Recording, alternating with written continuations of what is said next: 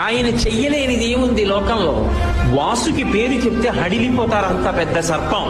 అంత పెద్ద సర్పాన్ని తీసి మెడలో హేళగా ఆభరణంగా వేసుకున్నాడు. ఆదిశేషుడు 1000 పడగలతో భూమిని మోస్తాడు. అటువంటి ఆదిశేషుడు ఎగిరి కాలిని పట్టుకుంటే పాదానికి అందెల అలంకారం చేసుకున్నాడు. ఆయన చెయ్యలేనిది ఏముంది లోకంలో. హాలాహలాన్ని చూసి అందరూ భయపడిపోతుంటే ఆయన దగ్గరికి వెళ్లి బ్రతిమాలేరు.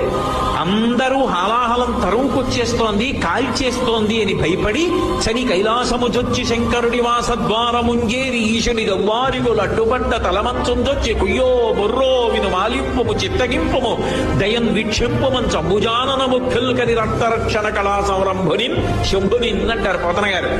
వెళ్ళి కైలాసానికి శంకరా నువ్వు తప్ప మమ్మల్ని ఎవరు కాపాడతారు, స్వామి రక్షించన్నారు అనేటప్పటికి బయటికి వచ్చి హాలాహలాన్ని దేవతల కోసం పుచ్చుకున్నాడు.